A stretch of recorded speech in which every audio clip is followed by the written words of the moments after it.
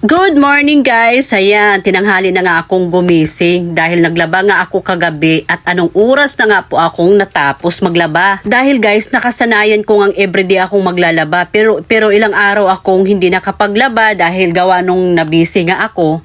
Kaya ito, tinanghali ang lulan yung gumising, no? At ito nga, nakita ko yung aking mga saging na binili ay hinog na pala. Nung binili ko itong mga to ay green na green pa ito. Ngayon hinog na at pwede na nga siyang prituhin. Alam nyo naman guys, mahilig ako sa saging.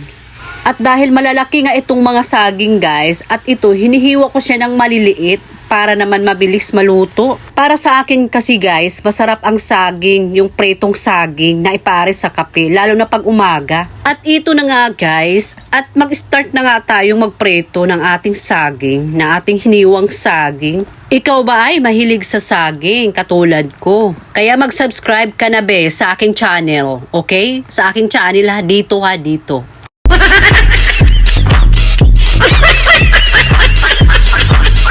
Magpa-subscribe na nga lang, namimilit pa, no? At habang nakasalang ang ating pinipretong saging at ito, magpainit naman na tayo ng tubig nang nakaredy na rin. At huwag nyo nang pansinin ang aking takuri at marumi na ang kanyang katawan at di ko na nga nalinisan. At malapit ko na nga iyan i-dispose at gusto ko naman ng bago. At ito na nga ay malapit na maluto ang ating pinipretong saging.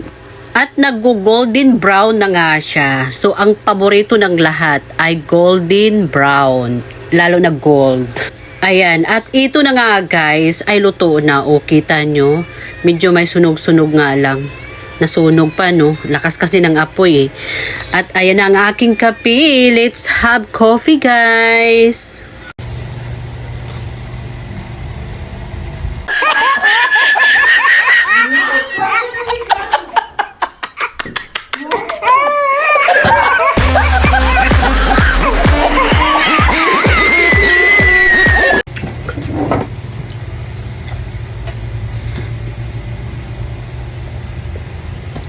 Kape.